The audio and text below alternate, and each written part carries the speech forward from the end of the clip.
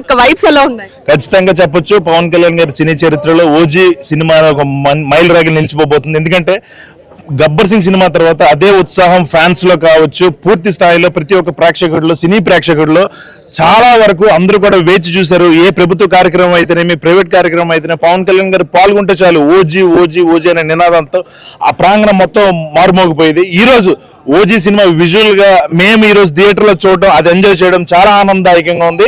Cinema super duper hit. Thank you. మీరు చెప్పండి, movie ఎట్లా అనిపించింది?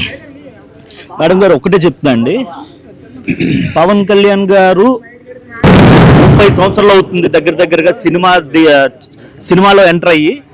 ఇప్పటి వరకు ఒక లెక్క పవన్ కళ్యాణ్ గారికి ప్రతి పుష్కరానికి ఒక మసకర్, బాక్స్ ఆఫీస్ మసకర్ అనేది ఒకటి వస్తుంది. ఇది ఈ ఓజీ అనేది అప్పుడు ఖుషి, తర్వాత గబ్బర్ సింగ్, తర్వాత ఇప్పుడు ఓజీ. ఇక్కడ ఈ రికార్డును టచ్ చేయడానికి ఎవరైనా సరే భయపడాలి. ఇలాంటి సినిమా స్క్రీన్ ప్లే విషయంలో కానీ, పవన్ కళ్యాణ్ గారి స్క్రీన్ ప్రెజెన్స్ విషయంలో కానీ, పవన్ కళ్యాణ్ గారి యాక్టింగ్ విషయంలో కానీ, ముఖ్యంగా పవన్ కళ్యాణ్ గారిని ఎలా చూపించాలి, ఎవరైనా ఏ డైరెక్టర్కైనా కూడా ఓపెన్ గా చెప్తున్నా, ఇది సుజిత్ స్టామినా. పవన్ కళ్యాణ్ ని ఎలా చూపించాలో సుజిత్ ఈరోజు చూపించాడు.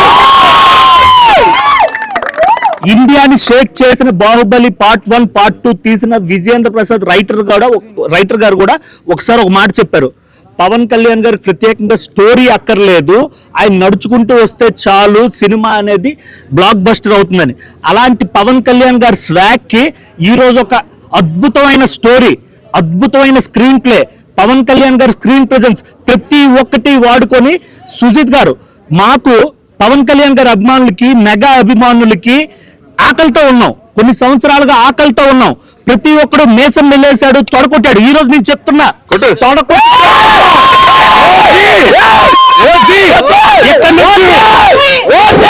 ఇక్కడ నుంచి ఓన్లీ ఓజీ రూలే నడుస్తుంది. ఓజీ పార్ట్ 2 లో అకీరాబాద్ ఎంట్రన్స్ అవుతున్నాడు. ఎవడు